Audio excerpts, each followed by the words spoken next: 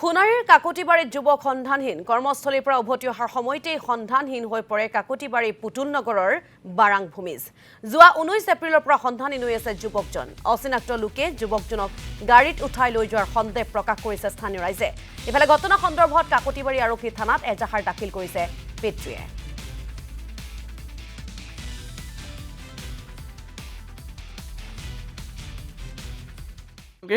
বাবাং ভূমিজ তেওঁ কেতিয়াৰ পৰা হেৰাইছে? 19 তাৰিখ ক'ৰ পৰা হেৰাইছে? কাকতিবাৰীৰ পৰা হেৰাইছে। গোটেই ঘটনাটো কি হ'ল মানে? গোটেই ঘটনাটো মানে সেই কাকতিবাৰীৰ পৰা আহিছিলে, আহি পিনে ক'ৰ পৰা লৈ গ'ল মইতো এইটো নাজানো। মই বিয়ালৈ গৈছিলোঁ। বিয়ালৈ যোৱাৰ পাছত মই মানে মোৰ পৰা মোক ফোন কৰিছে। ফোন কৰাৰ কাৰণে মই একদম মানে মই কিবা হৈ গ'লোঁ।